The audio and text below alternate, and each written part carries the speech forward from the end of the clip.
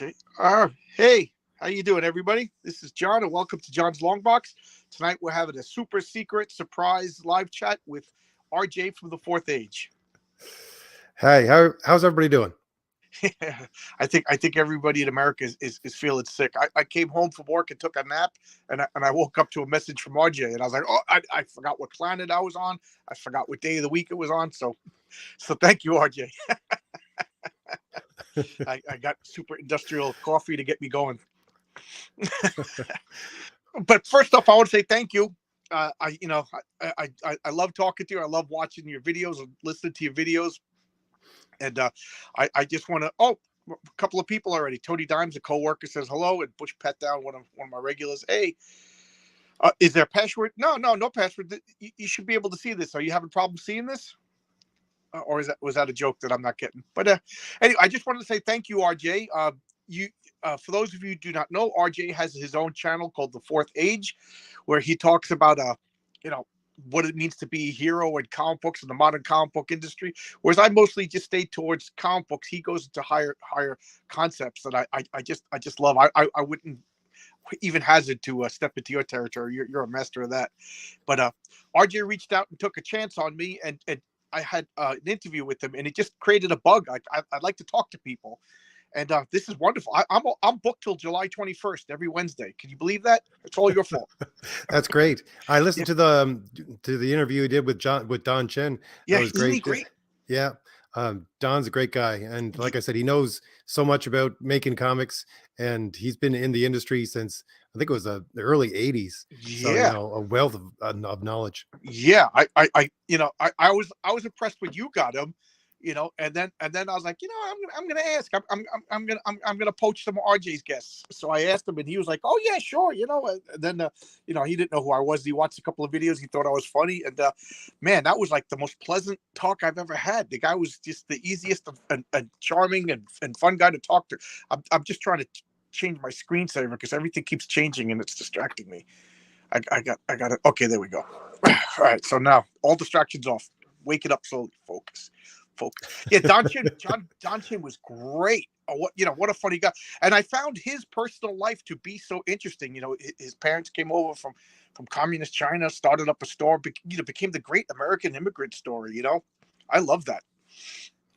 Yeah, Don, I think when he talked to me, he was talking about how much he owed to his parents just because they were the ones that actually helped him get his first book published back then when you actually needed, like a loan Yeah, to make your own book and things like that. So, it got him into the world of publishing comics, and he's done some amazing things. And he knows, I mean, he has fingers in the industry, and he knows people that he said to me that he feels like a proud papa because he sees all yes, these people now working for Marvel and DC, great names, and they started off with him.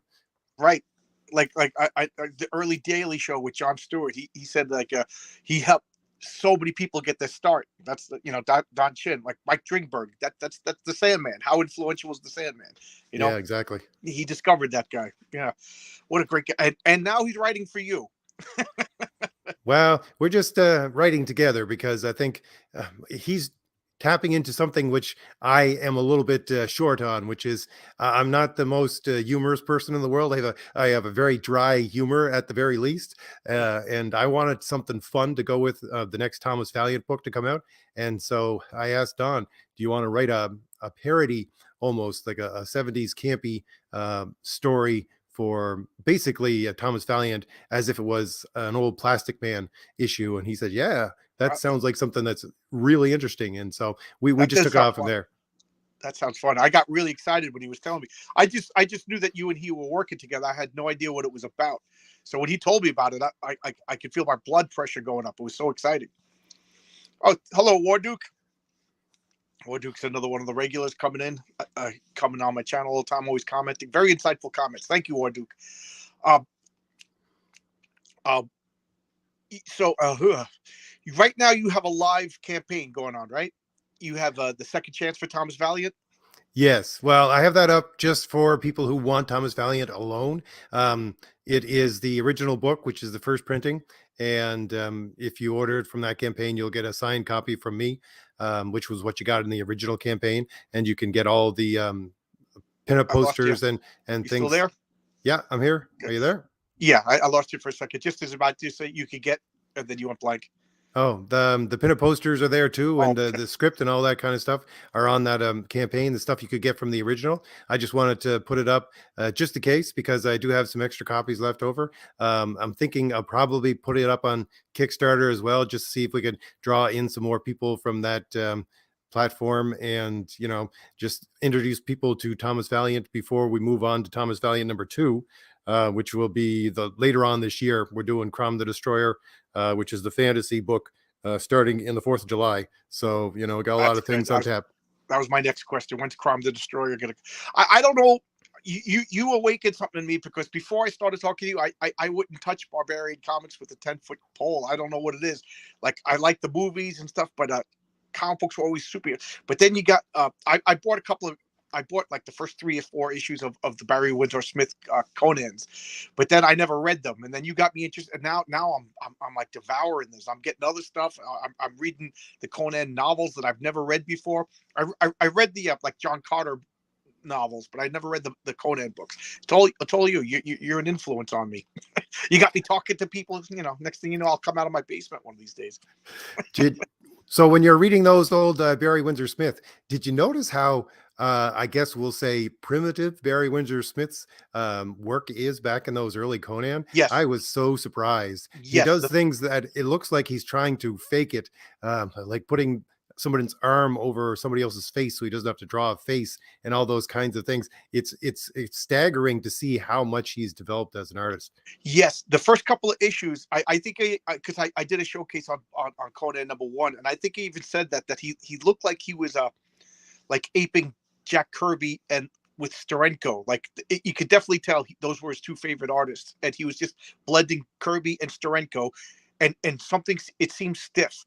But I think I'm up to issue 12 now, and it's just getting like every issue is leaps and bounds. Like I even said that I didn't particularly like it. I think it was around issue 4 where I started to say like this. The one with the elephant, I forget what issue that is, the green elephant being, that issue blew me away. The art was good, the story was good, and my friend Dan kept saying stick with it, it pays off, stick with it, it pays off. They got off to a rocky start, but wow, it is so good. And then I went to a coworker. He had a box of Savage Sword of Conans, and he was just like, yeah, take them, take them all. So I gave him $100 for it because I didn't want to take the guy's comics. He was an apprentice.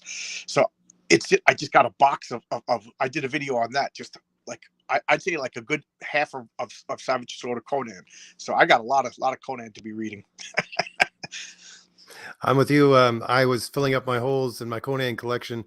I got a bunch of them for Christmas, and I'm slowly going through them as well whenever I get the chance, which isn't too often. But yeah, going back and reading a lot of those old stories. The King Size Conan #1, which I think is The Sword and the Phoenix, which is the original Robert E. Howard story, and a lot of those. There's also a really beautiful Marvel Treasury edition. I'm not sure what number it is. Might be around 11, which they redo some of the old Savage Sword. I think Savage Sword #1 maybe, and they do it in color. But it's so huge, being a Treasury edition, that you can see all of the detail in Oh the yeah. art from John Buscema, and it's amazing. I know I had that book since I was a kid, and as one of my treasured possessions. You know what's funny about John Buscema? As a kid, I didn't really start paying attention to the names of the writers and the artists. The very first artist I started to pay attention to was John Byrne. So I guess when I was like in 4th or 5th grade, but younger than that, it was just comic books. And John Buscema, like whenever people would ask me about the art, I was just like, it's Marvel art. Like John Buscema was Marvel art. you know, like that. He was the ubiquitous Marvel guy. Like, because I missed the first run of all the Kirby comics, so I didn't really know Kirby. And matter of fact, I didn't really like Kirby when I first started getting back issues or seeing his later stuff. It wasn't until like I was in college where I really started to like Kirby, and especially Ditko. But like John Buscema, it's still that's Marvel art. He is, I like more than any other artist to me. He is Marvel. John, I find that the thing that he does the best, and I don't know if he can actually get out of it, is the fact that when he's doing Conan, anyways, when he puts the mean look on everybody's face. I mean, everybody has that mean look on their face, and that's the kind of world you want when you're doing stuff like Conan. But then he moved into like Rom the Space Knight, and you could see how it didn't quite play out. Or Right. when he did some Hulk, of course, it works on the Hulk and the soldiers that are coming after him. But sometimes it wears a little thin. But at the same time, he has the ability to do it where you don't see a lot of people being able to put that much expression in a face. So that's one of his major strengths. I think it was you who posted on Twitter that Buscema himself said that he couldn't really draw sexy women, and I was like, challenge accepted. That there was a panel in the Silver Surfer where the Silver Surfer meets Mephisto, and Mephisto tempts him with the beautiful women.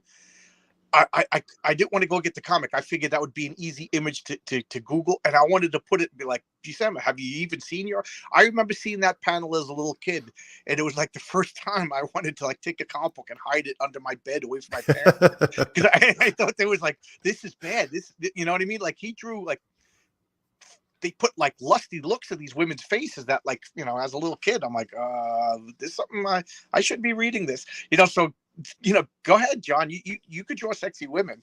I think I responded with a picture that was similar to it, but it wasn't the one that I was thinking of.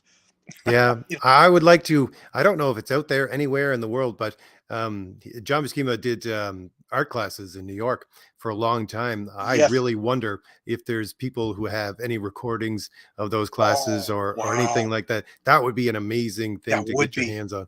Well, I know, because I did a showcase on the how to draw comics the Marvel way. That was in the forward that Buscema was doing art classes, and he was talking to Stan Lee about it, and he said, I wanted to make a textbook for my class, and that's what that book was inspired by. And of course, Stan Lee had to get in on it and do the writing. But how cool is that? Can you imagine, like, to have him as your art teacher, or Joe Kubert? That's another one who's a famous, for teaching. You know, I it just staggers the mind that these people were accessible to me in my lifetime, and I just didn't know better. I got a question for you, John. Sure, Here's sure, sure. something that really just dawned on me after talking to Mike Barron and a few other people, which you've talked to them now.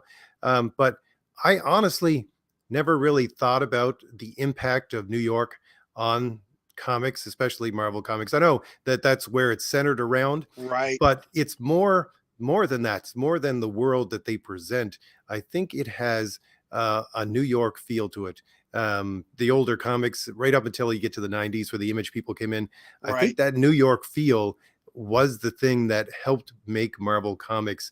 And it's just, you got John Buscema and John Romita and people like that who, New York was baked into their bones, and it shows in their art and it shows in their storytelling.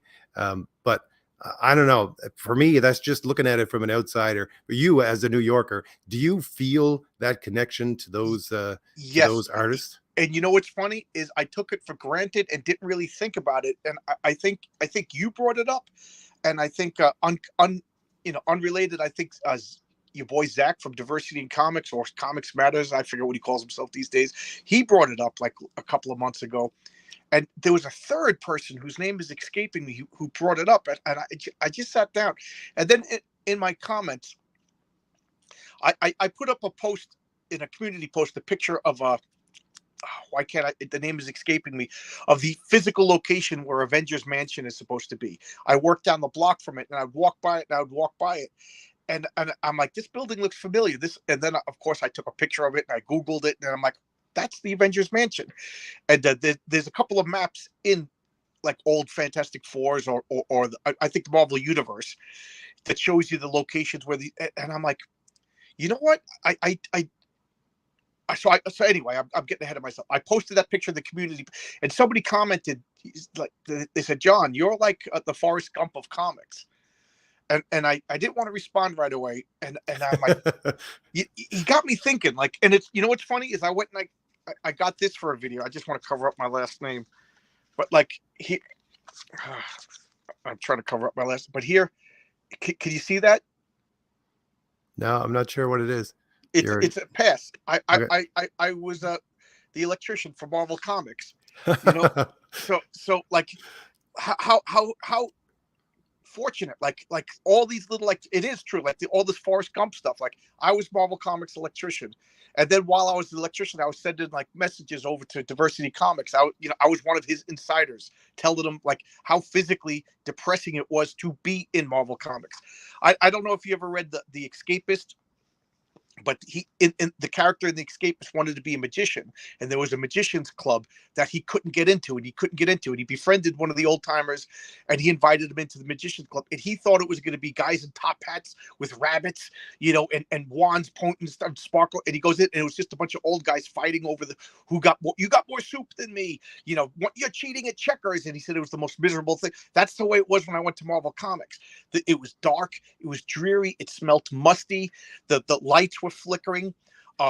They had cubicles that, like, normally in an office one person would be sitting at a desk, but there was like 4 or 5 people crammed in a desk, and here I am moving ceiling tiles, going through everything, and like I had to rearrange everything to get my ladder through, because there was just so many people crammed in it, and they were all whispering, there was no music playing, the carpet was and I was just like, this is where Spider, this should be 4 colors on the wall. Like, the walls should have like Captain America shields. This should be the happiest place in the world.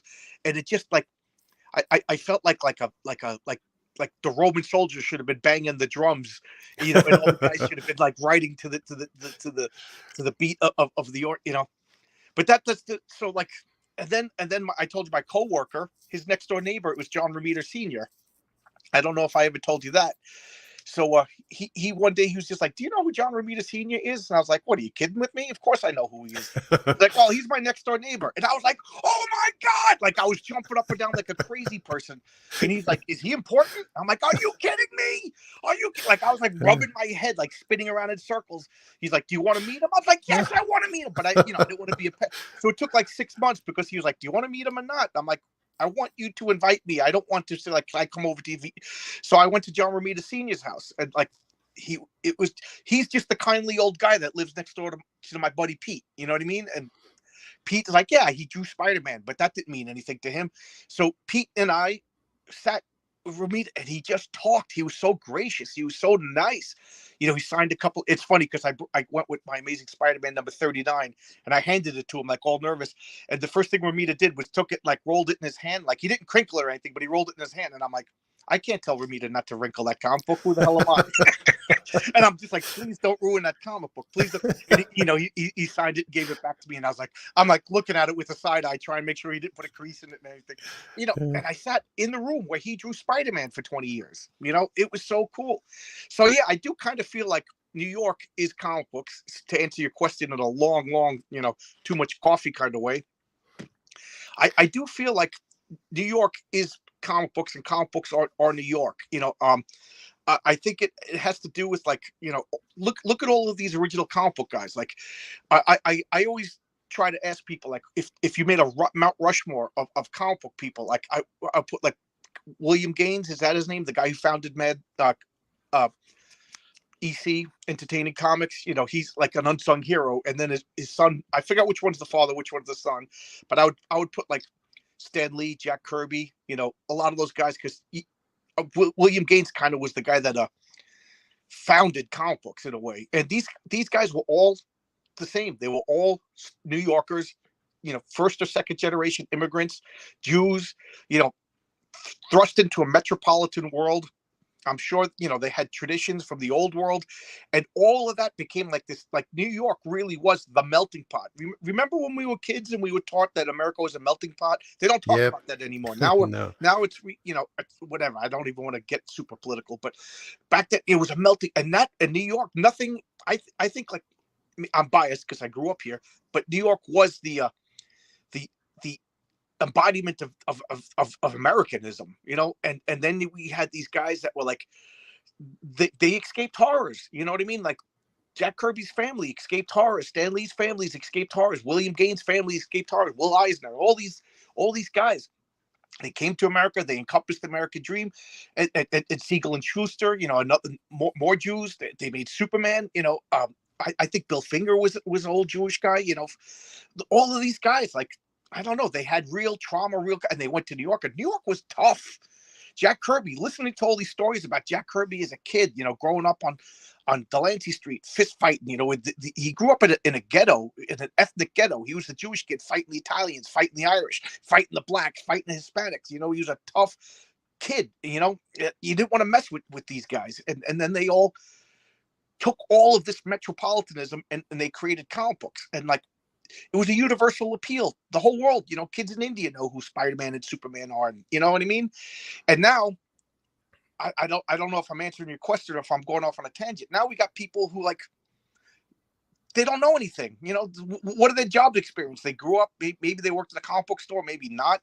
Then they went to college and now they're writing comic books. And it's just like, There's a great story that Jack Kirby told in one of the interviews about growing up as a kid, and he got in a fist fight and he got knocked out.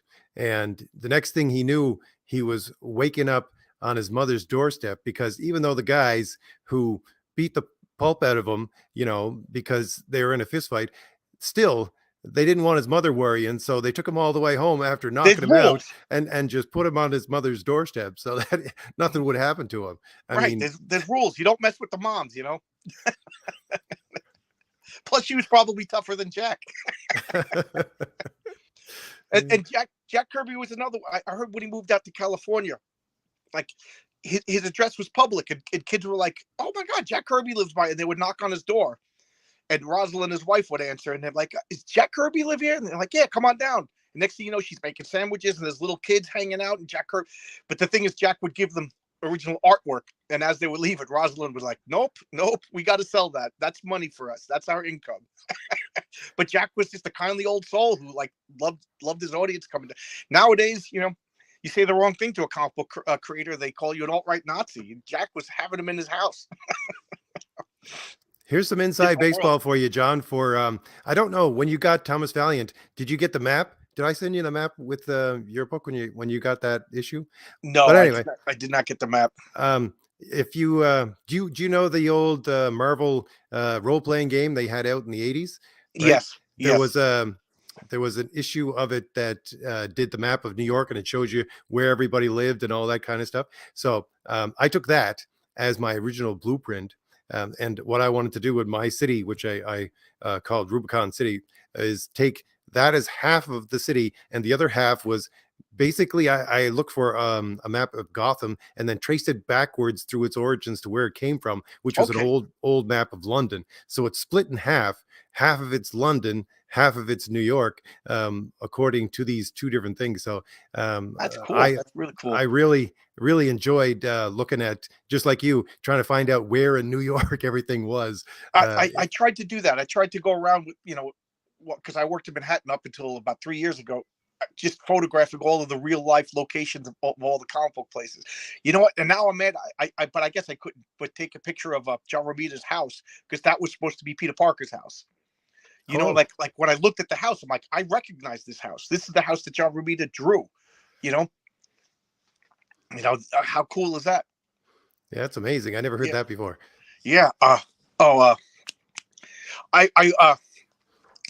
When we talk about New York, like me and my friends, we play a role-playing game. It's called Villains and Vigilantes. I don't know if you're familiar with it. Are you familiar with that game? No, I'm not familiar. It came out in like the early 80s, and the first couple of modules were drawn by Bill Willingham of Fables fame. So it's superheroes. It's Dungeons and Dragons, but superheroes. And me and my friends would play it, and we'd make up characters. And every time we tried to branch out and make our characters based anywhere else but New York, it didn't feel superhero-y. When you're in Mesquite, Illinois, in a cape, you don't feel like a superhero. There's got to be skyscrapers. Spider-Man swinging by the buildings. It's New York. Like the few times Daredevil went out to San Francisco, he never lasted. He came back to New York. I was just about to say the exact same thing. I remember issues where Spider-Man went out west, and it was like, this doesn't feel right. It doesn't feel right, to the point where in the Runaways, I don't know if you've collected that comic, but I still think the first series of the Runaways was pretty good comics. But they were set in Los Angeles. And the whole premise was the whole Marvel universe is focused on New York, that the supervillains were running Los Angeles, and there was no heroes to stop them. So it was just like all the smart villains left New York, like all the masochists are over there in New York. You know what I mean? Like who like to get pummeled by, and I thought that was brilliant. You know, I was like, yeah, you're right. You know, if I'm a villain, I'm going to go someplace. You know, take over Salt Lake City. Who's going to stop you? You know, and I thought that was funny. That's also one of the things that I was thinking of incorporating into my books because when I do the Thomas Valiant thing, it's that you have all these heroes and they're all over the city and things like that. But once you get into the rest of America, they kind of think of New York as a fantastical place, and that's probably not real, because they never see a superhero. You Right. never see any of these guys, right? So that was one of the things I always wanted to incorporate, and hopefully will at some point into my stories when I write them about that area. Have you ever read Astro City? It was, it was a Kurt Busiek's comic, and it was like, Samaritan was his Superman, and the Confessor was his Batman, and Jack in the Box was Spider-Man. But it was his stories of existing, but with his skins put over them. But they were set in Astro City, so that's his metropolis. And what I liked about it, it was the civilians, the regular people. A lot of times it was their point of view. And one of them, I forget, but it was like their Galactus ripoff is coming, and all the superheroes are off fighting this Galactus thing, and all the regular people are on their rooftops watching, and the mother pulls in one of the kids and goes, "Time to do your homework." And a guy who just moved in from the Midwest is like, "What are you, crazy? Galactus is here. He's going to destroy everything." She goes, "Galactus shows up every couple of months, and the superheroes beat him. He's got a test due tomorrow." And I love that. Like the Midwestern guy is just like, he ended up moving. He couldn't live in Astro City because it was too fantastic for him. He couldn't deal with robots rampaging down the street. He went back to the farm where things were normal. I thought that was a brilliant story. That sounds a little bit like the one that Chuck Dixon was telling me about. He said it was his favorite scene he ever wrote for Batman and Robin, where they're up on top of a roof, and some lady comes up to put out her laundry, and she faints when she sees them up there on the roof. And And he tells Robin to go and finish the laundry while he deals with this lady that's passed out. And I'm thinking, yeah, that's Chuck Dixon right there, and that's the kind of humor that I think it just feeds into stories, comic book stories. That's a comic book story. Right, It feeds right back into that Jack Kirby kind of, it's a nice guy. You're not just a superhero, right? Right.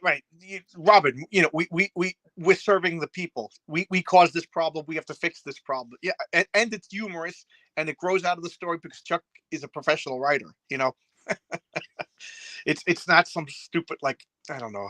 I don't even know what a name for this modern humor in comics. It's just and humor is tough to write. I imagine you said you said you had difficult. That's why you went to Don Chin, who's a humorous writer. But there's nothing worse than trying to write humor and it's just not funny. So I haven't attempted it yet. I am at the point where I'm okay with people laughing at me because there's no chance I can get them to laugh with me. I just, I might as well just get them to laugh at me. Oh, that's why we never see your face. Okay, that explains a lot. Yeah. You know what's funny? I people like, "Oh, have you talked to RJ? Do you know what he looks like?" Don Chin was the recent one to ask me what, and I said, I've never seen the guy, but I picture you looking similar to me, crazy hair, and then I made the joke that I picture you as the uniform, and you laughed at it. I picture you you live in a shack slightly bigger than an outhouse. You got the overalls on, and you got that big saw. Bigfoot's on the other end of the saw, and you and him are cutting wood. Oh, I gotta go into civilization now, and you put your cap on, get on a raft with a stick, come on down to civilization. I'm laughing so hard because you're not half wrong. That's what I said to Don Chin. He goes, "Is he like that?" I'm like, "Well, I thought so." And then I learned more about him. And yes, Thomas Valiant's not a comic. It's your manifesto. Well, read the tattoos on the tattooed girl. It's going to have some information. The last time we spoke, you asked me a question. What's your favorite comic of all time? and I don't think I answered it properly because I was kind of like blindsided and I was nervous and kind of starstruck. Oh my God, I'm talking to a guy. RJ. But did I say that it was the Hitman comic, Hitman 35? Yes, we did talk about that, but it got cut off in our interview when I went Okay. to publish it. That's what it was. Okay, so I wanted to talk about that because it was and what's funny is your boy Zach just talked about it. He gave it a bad review, and I'm starting to be like, I started to leave comments. I'm like, he also didn't like Teen Titans #1 with Marv Wolfman and George Burns, and I was just like, Zach, you don't like good comics, and his fans kind of like roasted me on that, but whatever. But I like that comic because it was Superman, like he failed to save somebody, and he was just talking. He talked about what it means to be an American, and he talked about like how hard it is to live up to the ideal of being himself. It takes a Superman to live up to being Superman. Oh man, I just thought it was so good. And then it dawned on me that this is Garth Ennis, who's an Irish immigrant. It comes to America, and my father, who married an Irish woman, my mother, he used to say, he's like, John, you want to find a patriotic American, you go to Ireland. And I always remember that. And here I think Garth Ennis probably wrote one of the most patriotic American comic books of all time, featuring Superman. That's the comic I buy to give people when they say, why do you like comic books? I'm like, here, read this. So I always have 2 or 3 copies of it. I love that particular issue. I can agree with that sentiment. The guy that I roomed with in university, I'd go back to his place and meet his mother and father.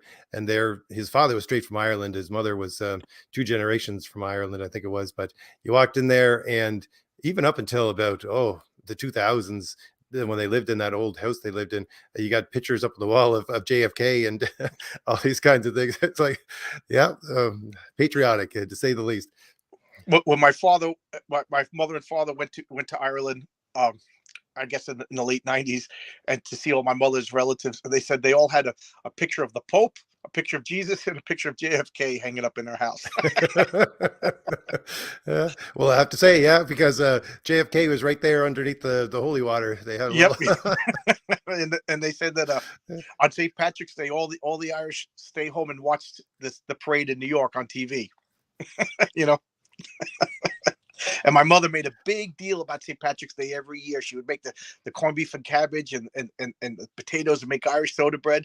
And my Irish grandmother, her maiden name, May McNally, she's in a wheelchair at this point. She's in her 90s, and she didn't last too much longer. And my mother's making a big deal. Look, Mom, I made this all for you. And look, Irish soda bread, just like you always used to have it. I mean, she was senile, and you all know they don't have any filters. She just goes, Eileen, I'd rather have a pizza. For the next 20 years, my mother was livid. She goes, we only ate this because we were poor. If we had money, we would have had a pizza. Funny thing, I should mention that I grew up on Italian food because my mother originally she was a nanny in a big estate house, and they had an old lady, an Italian cook, and she taught her how to cook, and she taught her how to make all these Italian dishes. So that's what I grew up on. It was Italian food because she learned it from this old Italian lady.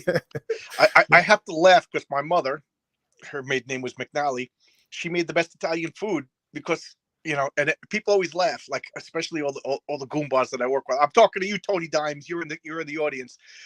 They always like, oh, you can't make this stuff unless you're Italian. It's just like, come to my house on Sunday. My mother made the best Italian because it's a skill.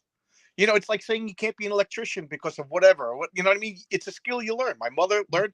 My Sicilian grandmother taught my mother how to make sauce, and and my wife is Canadian. And she's like the palest, whitest girl you'll ever see in your life. And she didn't know how to make sauce, so she kind of got embarrassed when she made sauce for me. So I taught her. Now she makes better sauce than me. It's just a skill. I have to laugh at this. Sauce is the thing that takes all day, John. Yes, you got to start it in the morning if you want it ready by supper time. It's the Sunday gravy, to quote my Tony. He's in the chat. He's one of my buddies. He has a rap song on Spotify, Sunday Gravy. So I got to give him a shout out. This is funny. I moved across the country and I got on the Amtrak. See, here I am, 23 years old, going across the country, and I'm an Italian from New York who used to be a part owner of a pizzeria, and the guy who bought the chair next to me. So for 3 days, I'm with this long-haired, blue-eyed, blonde professional volleyball player from California. And you know, with it, we just started talking. Next thing you know, I talk to everybody. Next thing you know, we're fast friends, and we're just like, we're the stereotypes.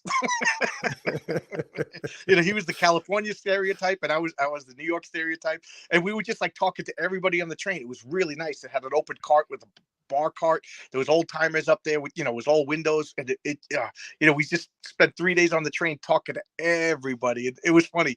The stereotypes. Oh, the stereotypes. You know, because we be up all night drinking and then pass out on the train all day long, and then we'd get up there. The stereotypes are back. You know, we were just like putting on a show for everybody. It was funny. I failed that I didn't get his phone number and hang out with him. He was funny, but I don't know why I'm talking about it, but you just made me think of it when you talk about New York. Oh, here's Jeff, another one. Jeff is going to come on and talk to me in a couple of weeks.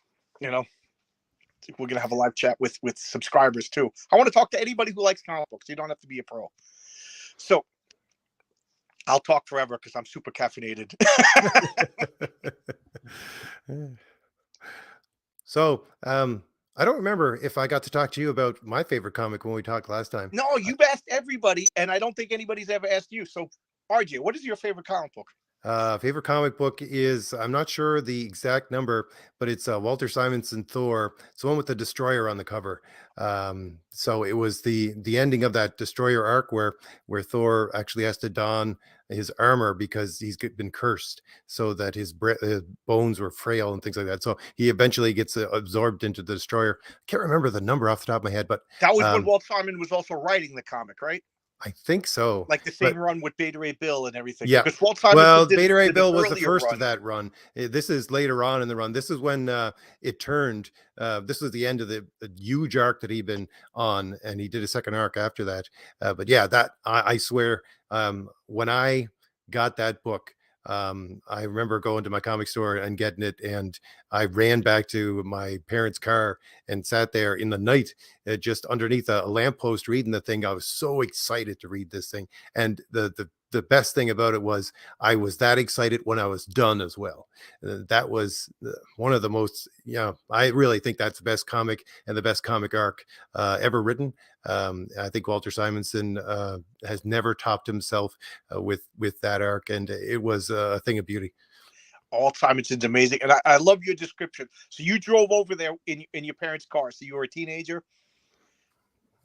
No, actually, I was with them. They were in. You were. They went into a different store, so I came back to the car while they were still in the store.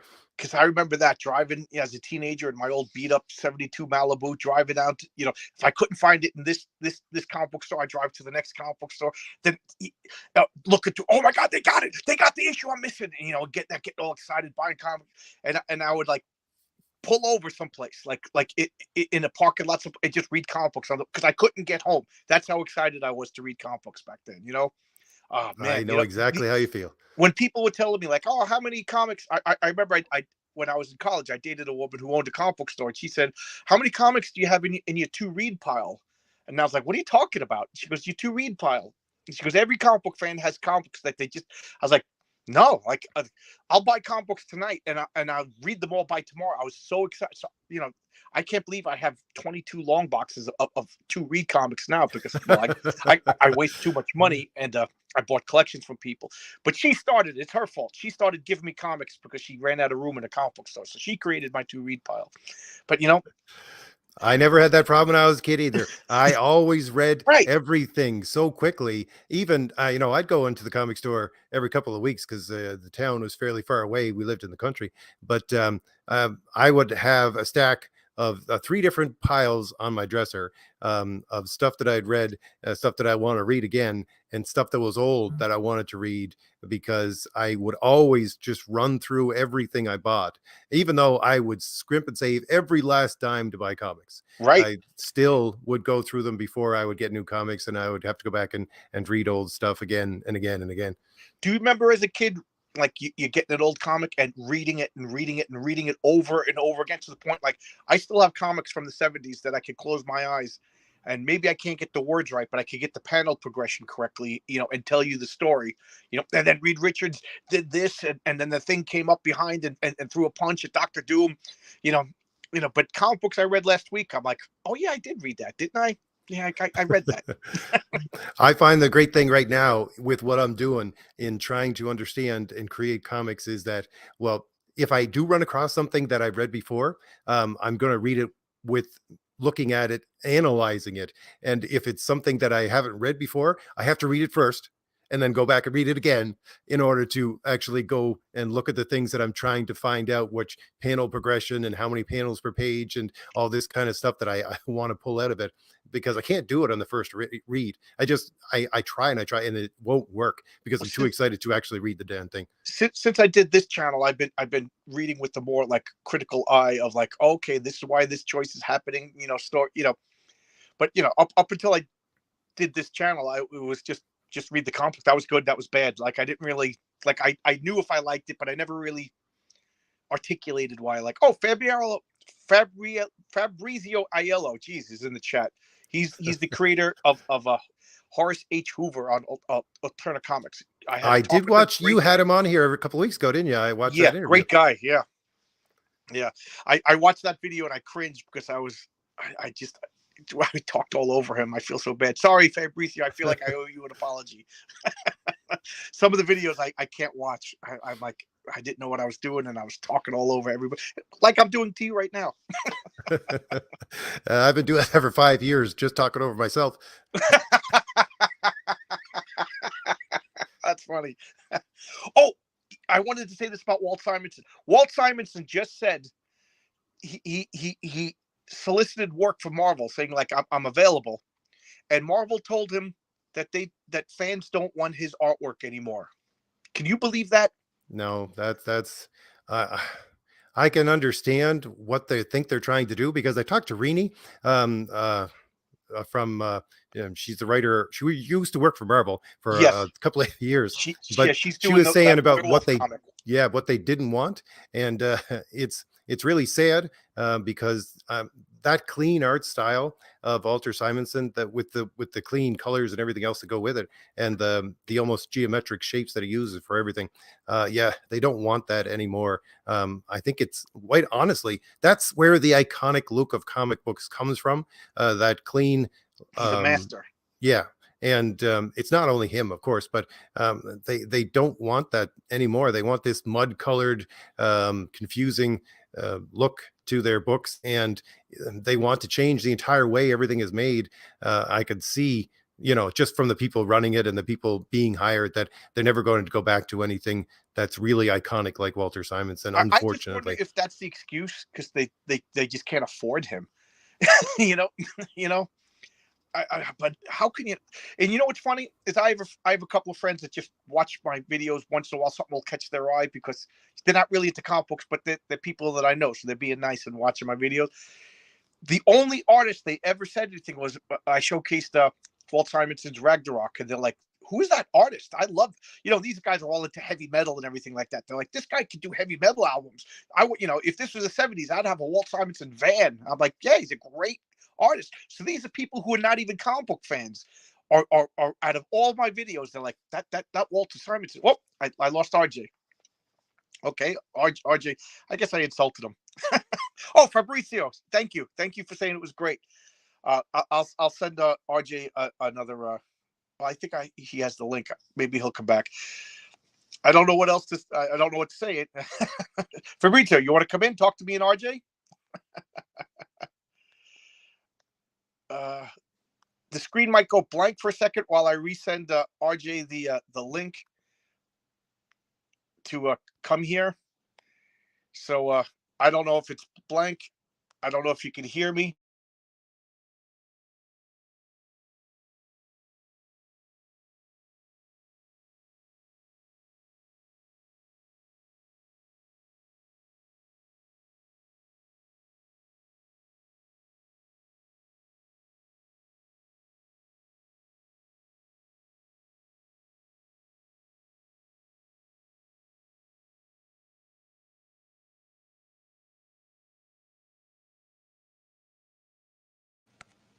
obviously with with the with 337 when Beta Ray Bill showed up. That was great. But my first Thor comic book, I think it was 186. It was Walt Simonson on the cover doing the audio cutout. Can you hear me now? Could somebody say something so I'm not talking into the vapors? This was a surprise video. Okay, cool. Yeah, I had to shut the screen down to send the links out to people, and sometimes the audio cuts out. Sometimes the video cuts out. Oh, looks like RJ's back. Sorry about that, John. I really don't know It's what okay. happened. I'm actually in a place where I have a full connection, so The must be my... Marvel people heard us talking bad about them, and they're sabotaging us. So somebody asked me what was my favorite Simonson run, and I have to say the Beta Ray Bill, the Surtur story. Oh my God, I remember reading and seeing Surtur like forging the sword Twilight Doom, and every couple of like at the end of every issue, Doom. He was just building it up and building. I remember getting excited and telling my father about it. My father could care less. But that's just how excited about I had to talk about the next person in the room with me, and it just happened to be my dad, who's got 7 kids. He just came home from working overtime, and he wants to talk about Thor's freaking magic sword hammer. You know what I mean? But I was that excited. I remember talking to my father about Daredevil Born Again, and he was just like, "Yeah, good for you." I've started to go back and try to pick up some of his older stuff, the Metal Men that he did for DC, and just see how his art progressed and how the things like, because Walter Simonson is a master at incorporating sound effects and things like that into his art, Yes.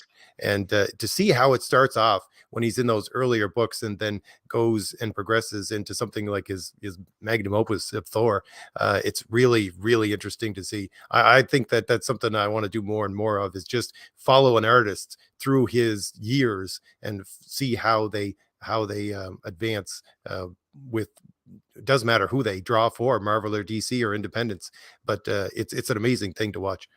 Have you picked up his Ragnarok series?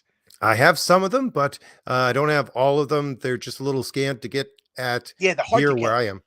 Yeah, they're hard to get. But I think it was 2 series. I think it was a 12-issue series and then like a 6-issue follow up. But he winks. It's imagine it's an unofficial continuation of his Thor run. So when I heard that, I was like, I gotta get this. So it's like 500 years after Ragnarok in like it of his Marvel comics, but it's not really. He can't say that. It's legally distinct, and it is so good. It's his classic art. Matter of fact, my friend ended up picking up that comic when we were talking about Walt Simonson. It's a shame. The guy's still vital. He's still, and his wife Louise. She, if not for her, like she was the editor for the X-Men that made it from a single issue every month to a franchise, to a household. Like your grandmother knows about the X-Men because of Louise Simonson.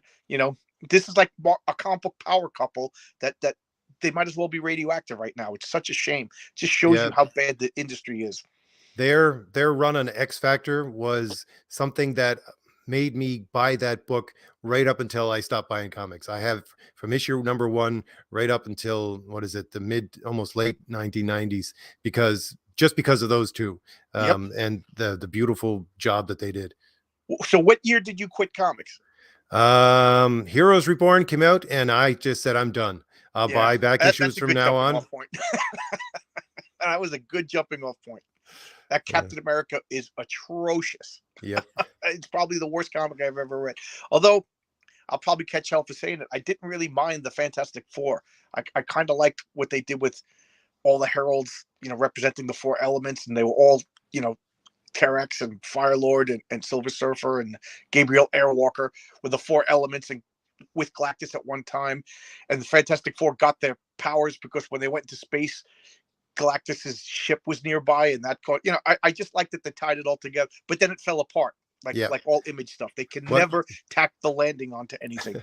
what really irked me was that we were told, when these things were coming out, I don't know where you were and if this is true or not, but I was told by the comic book store where I bought comics that this is the new Marvel, and Marvel was saying this is the new Marvel. This is the way it's always going to be from now on. And I said, you just took all of my issues of all the Marvel comics and made them useless.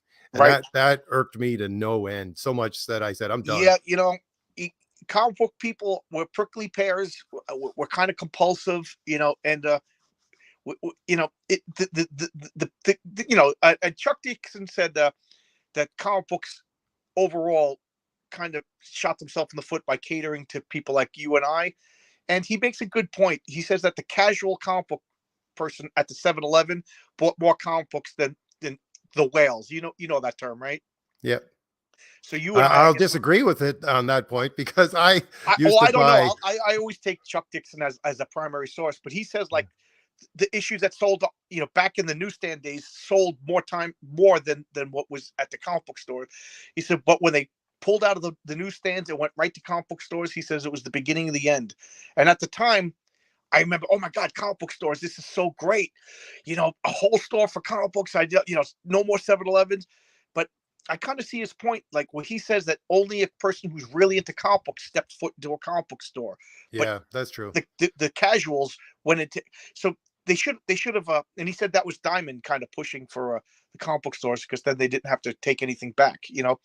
So I kind of see his point, but I now look, if I had a time machine, I'd be like, don't kill the newsstand.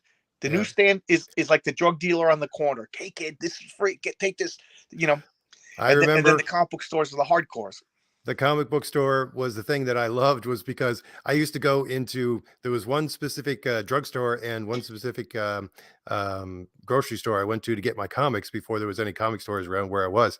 And this lady that worked at the drugstore, she would take my books and she would fold them over to put them in a tiny little bag. And I'd be like, I'm just going to go get another one.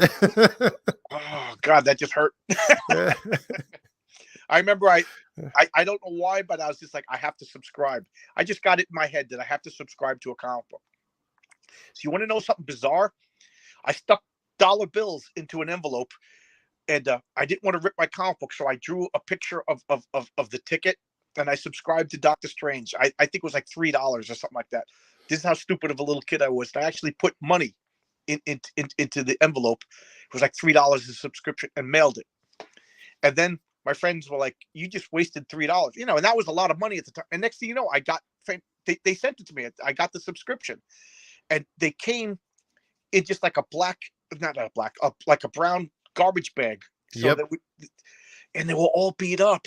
Yep. And I was did like the so same thing. excited because Doctor Strange I couldn't find in my neighborhood. It was like impossible to find. So now I'm finally getting Doctor Strange and they're beat up. I was like, I'd rather not have them than have them beat up.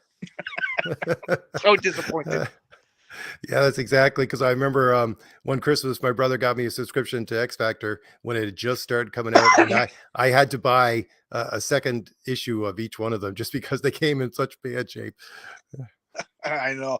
And then I remember they started advertise mailed flat. So I never risked another subscription. I think Doctor Strange was the only time I've ever subscribed to a comic. Yeah. Although I have to say, I was one of those kids when I was small. I had a much bigger comic collection. I don't know where they came from, probably from one of my uncles or something like that. But we went camping at one point and we just took stacks and stacks with us, and they Me never too. made it out. They just Oh. never made it out of that tent. They were ripped apart. They were all moldy and everything by the end of the weekend. So I that used to was the kind of reading that we used to do. I remember going camping. That's how I got into Legion of Superheroes, because I wouldn't touch DC with the 10-foot pole. That was for babies. And then, little kids read DC. And then when you got your druthers and you graduated to Marvel. So I hated DC, but my friend was like, Legion of Superheroes. And I'm like, Bouncing Boy, Karate Kid, Ultra Lad. I was just making fun of it. And he's just like, get past the names. And I remember it was when the Great Darkness Saga was out. And Yep. we went camping, and at night there was nothing to do. I remember by candlelight sitting at a picnic table. He was rereading them, and we were like acting them out, acting like the Karate Kid. And he was Ultra Boy, and I liked Mon-El. The next day we were running around, and that was it. So whenever the Great Darkness Saga came out, that was Legion of Superheroes for me. And then I would get older and older and older issues, of a Legion of Superheroes. So I was collecting Legion of Superheroes well before the Crisis, even before Titans. So that was my first DC comic. That was so good. I'm You know, right there with you. I think it was the Great Darkness that originally got me into Legion of Superheroes. Keith Giffen, he's one of the most influential yes. person on my view of comics and what you can do with it to play with it and still do it within the boundaries of. And like you, I think it was like 3 years ago, I contacted some guy. I think he was in like central Canada or something like that, and he was an old fellow who used to own a comic shop, and he had all these books he wanted to get rid of. And I said, "Give me your Legion of Superheroes." And I got this huge, like basically a short box full of a Legion of Superheroes, Oh, cool. older ones. I still remember that one panel when Darkseid's fighting, and you just see all the Legion shooting their, signature beams at him, and then Darkseid just goes, "I'm astounded," and the next panel is Mon-El just goes, "Astound this stone face." That my friend Mike and I, we every once in a while, like there'll be a lull in conversation and astound this stone face. A comic book from 40 years ago. We're both gray-head wizards now at this point, and we're still talking about comic. And I don't know. I sound like an old man now, but like, what are the comic books that from like I'm going to say 2005 on that people are going to remember? You know, I have no idea, honestly. I don't know what the lasting comics are. Oh, you like this today on Twitter? Some guy was talking and I just said, well, these comics aren't for me because I said Marvel actively chased me away. And he's like, yeah, whatever, old man. And I'm like, no, they did. Don't take my word for it. And I quoted Sana Amanat. And he was just like, oh, great, just make it up stuff. So I actually got the primary source from Vogue magazine and sent it to him, and it's funny because the guy stopped responding. I'm like, oh, now you stop responding to me. Yeah, I got a primary. And you know what's funny? Because I always just heard like I'm gonna fundamentally change the comic book fans. But if you read the whole article, it's mean. It's like they're all white, they're all straight, and we don't like them. I'm like, what's wrong with these things? I have no problem expanding the comic book fans. If I make a comic book, whatever, John's Longbach comic books, I want everybody to read it. If I found out that only Lithuanians were reading my comic books, the first thing I'm going to do is thank the Lithuanians. The second thing I'm going to do is find out why other people don't like it, and then try to get other people to like. But I'm never going to alienate those Lithuanians. God bless them for buying my comic book. I don't understand why are you ashamed that straight white boys are reading your comic book? Stan Lee tried to with those Shanna the She-Devil and Night Nurse. Like he tried to woo back the women who left comic books, but he didn't change Spider-Man and change Fantastic Four. He tried something that didn't work and he moved on.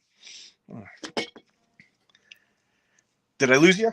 No, I'm still Oh, here. okay. I'm just nodding my head in agreement because Yeah. that's what I've been doing to my channel for the last 5 years is Yeah. looking at these people and really just at this point recording how many stupid things they do to Really? destroy the industry. It's I can't think of the correct word, but it's unbelievable. There you go. I couldn't think of that word. Like such bad business decisions. You want to grow your business. Understood. Commendable. You want to do that. You're a businessman, RJ. You want to expand your business. But you don't, all of a sudden Burger King is just going to make pizza. And then not only is it going to make pizza, but it's going to insult the people who wanted cheeseburgers by calling them names. I don't know. I don't know. What am I? I guess I'm an old wizard. Are you a bearded guy? Are you an old wizard too? No, I try to stay clean shaven, but Okay. I'm a little bit too let's see. It gets too itchy for me. I tried. No, it doesn't work for me. Yeah, it's itchy at first, and then like as it gets longer, it softens up and it's no longer itchy. Yeah, but there is the itchy stage, and a lot of people know about the itchy stage, and I can't argue with that. But I trimmed it down. My beard was like down to here. I did. I used to joke that my friends would come over. We'd play board games. I was like, the Council of Elrond has begun. Honestly, John, I see you put on the what is that, the Odin stuff and things like that, and you have to look for it. But if anything, if you want your characteristics to go into a character, you would be the Thing, if you ask me. I I get love you to the play Thing. the I'm Thing. so glad you said that. That is my favorite superhero of all time. I say it's like atoms rotating. It's Superman and the Thing. Superman because every kid wants to be Superman when they're a kid. But the more I learned about Ben Grimm, the more I'm like, I'm Ben Grimm. Um, I've softened up. My wife jokes that I'm turning into my dad. My dad turned into a softie as he got older and older. But my dad was a Brooklyn guy. Probably had a lot in common with Jack Kirby, just an old brawler. My father was notorious as the tough guy on the block. There was millions of kids running around in my neighborhood, and if anything bad happened, let's go get John's father. Let's go get. And my father was like, he would come out, yell, go home, don't do this. Yes, yes, yes. So so and then he got softer as he got older, especially when he became a grandpa. So I look at the Thing as this crusty, rocky outside and a softy inside. I said this a million times. The Thing is the cornerstone of the Fantastic Four. He's the heart and soul of the Fantastic Four. I love it. So you saying that I remind you of the Thing is a great compliment. So I'm very protective of the Thing. So you commented on that panel in comic books that I put on Twitter, right? Yeah. Where the woman's insulting. Oh my God. I took that personally. Like I was livid. Remember how I was saying I was jumping up and down when I found out my coworker knew Ramita? I was like rubbing my forehead, like, who do I talk to? Like I was going to become like the stereotypical Karen. I wanted to go to Marvel and be like, how dare you? That's the Thing. I love the Thing. Don't do that to Ben. Ben saved the world. What did you do? Oh God. Well, I agree. That was one of the books that came out. They did a Thing miniseries. I think it was like 2 years ago, maybe a little longer. And I was still trying to find good comics, new comics at that time, and I bought that first couple of issues of it, and because I really love the Thing as well. I Yeah. have the old run of his 80s standalone issues of his own series, but they just told the story, and they just made the character something completely different than what he really is, and his personality. So I was hoping that they were going to do something good with that character, but unfortunately You know, it was another dud. I'm at the point, with the exception of this time, that was the only time I got emotional. But like I noped out 2015, and like, you do whatever you want. Spider-Man is I don't know, turn him whatever you want. He's a lesbian, transgender, or whatever. That's fine. That's what you want. Doesn't matter to me anymore. It's none of my concern. Why would I care with this group that I have disassociated myself does anymore? It's and I think it's healthier. I still got this room behind me full of 55,000 comics. I'm talking to you about comics. I'm having more fun than I ever had. If Marvel, let Marvel burn. I don't care. Like, I'm hearing rumors of the casting for the Fantastic Four movie. I'm like, yeah, good. So I'm never going to get a Fantastic Four movie. I'm never getting the Fantastic Four movie I've wanted. Okay. At this point, I went 54 years without it. It doesn't matter anymore. And it's a shame. It really is a shame that I feel that way. I can't believe that I feel that way. I was just thinking, when you're talking about the Thing and how you grow up to be the Thing, how many comic book guys do you think are out there who when they were 13 years old, had a favorite comic book character and then grew into that? Because Well, when I was a kid, I wanted to be Reed Richards. Reed Richards was cool when I was a kid. Reed Richards was cool. Being a scientist was cool. Do you remember, like, in the I don't know, the 70s and early 80s, people looked up to scientists. They were cool. I loved Carl Sagan. Carl Sagan's one of those people that was like important in my life. There's a couple of people that are important in my life. Carl Sagan's one of them. And Reed Richards, he was the leader. He was charismatic, and now, like, he's like a mopey, sad sack. Like I guess, like, these writers, they all hate their father, and Reed Richards is the father in comic books. So he's like, I don't know. I'm glad I didn't grow up to become Reed Richards. I'm glad to become the Thing, because what they did with him. that's funny, because I always liked Logan. Everybody would say you like Wolverine, but I like Logan instead of as Wolverine, right? I And always here liked. here I am living in the middle of nowhere. Yeah, you're a You know, Canadian. Do you have metal bones? I wish sometimes. I always liked Wolverine, but I would never want to be him. I don't know. it's too difficult to go from being a wild man to a ninja to a philosopher to what it seems like they reinvent him every couple of years. Now he's in a thruple, a gay thruple on the moon with Cyclops, and um, Yeah, no. This is why I did again with my Thomas Valiant, is because I took that my end of comics where I said I'm done and I'm just going to redo these characters as yeah, if it's 30 right. years later, and what would happen if the sons of these people were still around and might have a similar power. So I thought, yeah, I'm going to do that. That's my continuation of those good comics. I'm leaving all this stuff behind. Yeah, I've been playing this role playing game. If anybody's interested, I have a website, villainvigilantesforum.com, and I've been maintaining this site for like 25 years.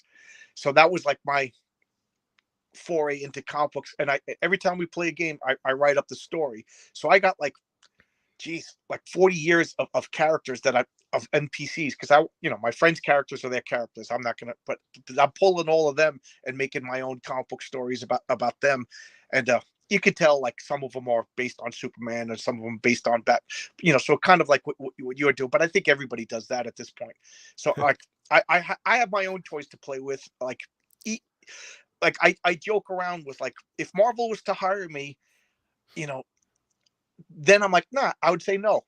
I don't want to work for Marvel anymore. Like, what I want to write a Thing story, but I'm like, the Thing is kind of dead. Yep. The Thing I know wouldn't have taken that dressing down from some nobody in the audience. Like he would have like lit up a cigar and be like, "Is that what you think, kid? Is that what you think? Well, I saved your ass 100 times that you don't even know about, and do I get a thank you? No, I don't even want a thank you from you. I want you to just go about your business and realize that you can be miserable because you're alive, and you're only alive because I kept you alive. Stuff like that. That's because what would Jack Kirby say? Jack Kirby's not going to sit there and take a dressing down from some punk. Now I'm getting feisty. Oh, it's funny. I was on the train. I have an hour-long train ride. What do you think about this? Like, how do you save Marvel? And I was like, I gave myself like a writing challenge. So I know it'll never happen, so I might as well tell you. But this is my concept: is Carol Danvers. She's supposed to have Kree DNA. Her origin was the Omniwave blew up, and she has Marvel's DNA. So she's trying to, they were trying to make her look manly. So she's turning full on like a man, and she's like, I don't want to be a man, I'm a woman. So she's trying to isolate the Marvel DNA, and through the process, they're like, we could bring back Marvel, a clone, a Kree clone. So they bring back a Marvel clone.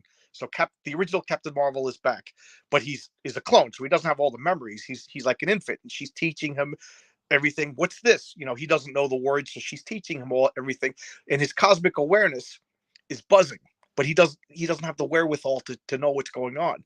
And he just keeps saying something's not right. And she's like, well, we'll learn. And he's playing with his powers. Next thing you know, they're flying, and full on, he's like, something's not right. And she's like, what are you talking about? He's like, my mind. And she's like, yeah, because she just thinks it's, oh, I lost. I'll continue the story. So she just thinks that it's his brain developing or whatever, learning to think, learning to rational thought. So finally, after a while, he's just like, no, it's not supposed to be like this. And he's like, so she's like, what are you talking about? And they fly to like this hidden bunker, and they open up the bunker, and there's this big spheroid machine, and it's sending out these Kirby crackle and radiations and everything like that. And she's just like, what is this? And he's like, I don't know. He's like a 2-year-old at this point, but super intelligent because he's Marvel. And he's like, this is what's wrong. This is what's wrong. And he goes to attack it, and Quicksilver attacks him. And next thing you know, all the fast superheroes start attacking him. Good guys, bad guys, doesn't matter. They're all attacking him. And he's like, and Carol Danvers is like, she has this impulse to defend this machine too, but this is her friend. So she's torn. So she's hesitating. And next thing you know, Hulk is there, and everybody's there, and he's fighting. It's Captain Marvel, Carol Danvers, and then maybe Kamala Khan, because she's friends with Captain Marvel. And, and they're all fighting and defending these things, but nobody's heart's really in it except for these, and they acted weird. And then finally, like, Ghost Rider is just like, yeah, this isn't right. He's got this demonic influence. And Doctor Doom, he's smart enough to realize there's something not right. Reed Richards, all of the eggheads and demonic people and the Vision, he puts up a firewall and he realizes, and like, yeah, this isn't right. And they take out the machine and they blow up the machine. My apologies, John. I don't know what's Okay. going on with the internet here. Okay. I was just continuing my story. So Captain Marvel and Carol Danvers, they find this spheroid machine, and they're like, and he's like, my cosmic awareness is telling me this is the problem, but he can't articulate that because he's new. So next thing you know, he goes to attack it. All the superheroes show up. They start defending him, and Captain Marvel and Carol Danvers, they're fighting everybody, and then Doctor Doom and Reed Richards and like Ghost Rider, because he's not completely human. They're all starting to realize, yes, this machine shouldn't. There's something going on with this machine. So Carol Danvers is running interference, and Captain Marvel just smashes the machine, and everybody wakes up as if from a dream. They're like, "What is this?" I feel like I've lost years of my life, and everybody's like, "Are you okay? Are you okay?" Bobby Drake is like, "Was I acted weird for the past couple of? I have these," and everybody's kind of ashamed, and they find out that was the last Mad Bomb.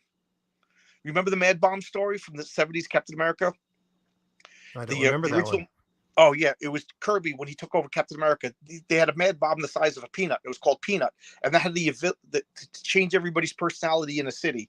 And then they had Dumpling, which was big enough to affect an entire nation. Well, this is Buttercup. This is the last Mad Bomb, and it could affect the entire world. And it just went on. It fired. And that's why everybody in Marvel has been acted weird for the past couple of years. Captain Marvel destroys it, and everybody's just like, we have to rebuild our reputation. Like Captain Marvel, Carol Danvers goes, yeah, wasn't I like a fascist? And all the X-Men are like, aren't we like mutant supremacists, separatists, like basically terrorists? Oh my God, we got to make it up to the world. And now it's just like a whatever. All the series, not a reboot, not a reset. They acknowledge that for the past 5 years, Marvel has been crazy, and then they work to rebuild their reputations. And then they hired me as editor in chief, and I hire you, RJ, and Don Chin, and we just make good Marvel comics again. That was my thought experiment today on the. I'm sure a lot of us have that story in the back of our head. I'll give you mine. I'll give you the short version of mine. Okay. Mine is that Mephisto kidnaps Franklin Richards around 1995, and Franklin Richards creates basically he's supposed to create a universe for Mephisto so that he's in control of it. And that's what we get from 1995 until now. This is Mephisto's world. And so you got Franklin Richards stuck in the hell dimension. And he finds basically the daughter of Peter Parker and Mary Jane, and he works with her to try to escape from hell and rejuvenate the world back to what it's supposed to be. That'll work too. That'll work too. So it's like the world is like that computer program in Next Generation, where like that Moriarty thinks he's in the world, but he's not really in the world. Something like that, but it's just a way to reboot the entire thing back to where it's a good start. And it would include getting rid of One More Day, because you have the daughter of Mary Jane and Peter Parker. So, and that will be the love basically interest that would create the entire universe again. Franklin Richards and the Parker daughter. Oh yeah, Mayday and Franklin. I guess yeah, that'd be cool. I know, I don't. They reboot stuff all the time, And then if I was the Emperor of Comics, everything would go back to legacy numbering. No more number ones. X-Men would have like 2 titles. Wolverine could have a title. Fantastic Four 1 title. Spider-Man back to 2 titles. Marvel needs to streamline. Like that's one of the things I talk about a lot in my videos. Is you'll see a lot of the whole slate of Marvel comics, and it wasn't that many. It was streamlined. It was powerful. They had the top talent. That's what they need to do. Flooding the shelves and constant reboots, and and if you want to write Fantastic Four, fine. You're getting a quiz. I'm giving you an oral test. What do you know about the lore? You got to show me. Tell me your stories about what you were a little kid. You got to be emotionally invested in it. Like, it's not just a step for Netflix. That's one thing I do agree with your boy Zach always says that a lot of these people, they don't care about comic books. Like Definitely, I agree. Dance with the one that brought you. You're into comic books, stay into I have no problems if, Hellboy becomes a movie. That's great, but Mike Mignola is into his comics. He's still going strong with his comics after three Hellboy movies, only one of which was good. It's funny because you listen to these old stories about Jim Shooter and people like Frank Miller and Chris Claremont coming to him and saying, I want to do this kind of story. I want to do this with these characters. And Jim Shooter, would be able to converse with them and tell them, okay, you can't do it because of this, that, and the other thing. It's bad writing here. He would know the lore. He would know everything. But Right, you hear the stories from now where you have, well, a couple of years ago anyways, with Sana Amanat, and they would come and say, we want to do this kind of a story. She'd have no clue. right. No She didn't know. clue. No. No, no clue, no clue. And I say this a lot too, that I don't think you should be your own editor. Like you got to have somebody like. Not that I'm a writer or anything like that, but I submitted one story to somebody, and fingers crossed, and I have a bunch of other stories. But I have a friend who doesn't even like comic books, and she's just, a very meticulous person, and she doesn't know anything about comic book lore, but she's like, this doesn't make sense. Why would this happen if this guy could fly? Wouldn't this happen? You know what I mean? I think I would love to have somebody that like knows comic books and be like, oh, that's a bad story because this. But when I see Chris Claremont editing himself, I'm prepared for like problems. Fortunately, Chris Claremont's a professional. Jim Shoot, here's something there we go, putting that comment up. Jim Shooter was sorely underappreciated. Yes, I only hear the horror stories about people not liking him, but I'm thinking creative people are very flaky. Everybody that I know that is creative. So I imagine Jim Shooter was like the strict dad that like everybody's like, I hate my dad, but you went to a good school, you didn't starve because of your dad, you know. So I wonder if it's that, or was he a jerk? I don't know. I wasn't there. All I know is the comics were great. All right. I think I'm going to have to head off to bed now, John. I'm sure Okay. you're going to have to get up early. You Yeah, get up I like wake 4 up at o'clock in the 4. morning, don't you? Yeah, I wake up at 4 in the morning. I just want to say one last thing, since I got an audience. If you go to change.org, about 10 years ago, I created a change.org. Make me the editor in chief of Marvel Comics. If I could get everybody, now that I got some sort of an audience, go to change.org. I'll try to find it and I'll put a link in a community post. There's a picture of me with John Romita Sr., back beardless youth me. I think it would be funny to resurrect that. Somebody said, yeah, make him the editor in chief of Marvel Comics. He has the correct haircut. I thought that was a great comment. But thank you, RJ. This was a surprise video. RJ just contacted me out of the blue. I love talking to RJ. I'll talk to you whenever you want. I respect the hell out of you. I admire what you do, and I think what you're doing is important. I can't believe you have Mike Gustovich and Don Chin working for you. What the hell is wrong with Marvel Comics that they can't hire these people? And Mike the thing is, Gustovich. I want to stick this in here before I leave. Yeah. Oh, But yeah. Sure. some of these people are starving for work. They're like, yeah, I'd love to do some work. And it's not like you can't get them. It's not like they're busy doing other things and they couldn't go do stuff for these other companies. Maybe they don't want to pay them as much as they're worth or something. But honestly, I found people like that, older people, they're starving for, sure, give me something to do. And Gustovich, I always liked him, but he is better than ever. I see those promo drawings you're putting up of the rampaging Thor, and I'm like, don't take this the wrong way, but I'm like, how is RJ working with this guy? This guy should be, you know, doing Marvel annuals. This guy should be doing Fantastic Four, and comics should be selling 100,000 copies. Why is this guy not getting mainstream work? He's a living legend. Unbelievable. Like, I hope that wasn't an insult. I hope you took No, that the right way. the funny thing is about Mike is he's the actually only one who's worked on every one of my books because he did inking for the last 10 pages of Thomas Valiant.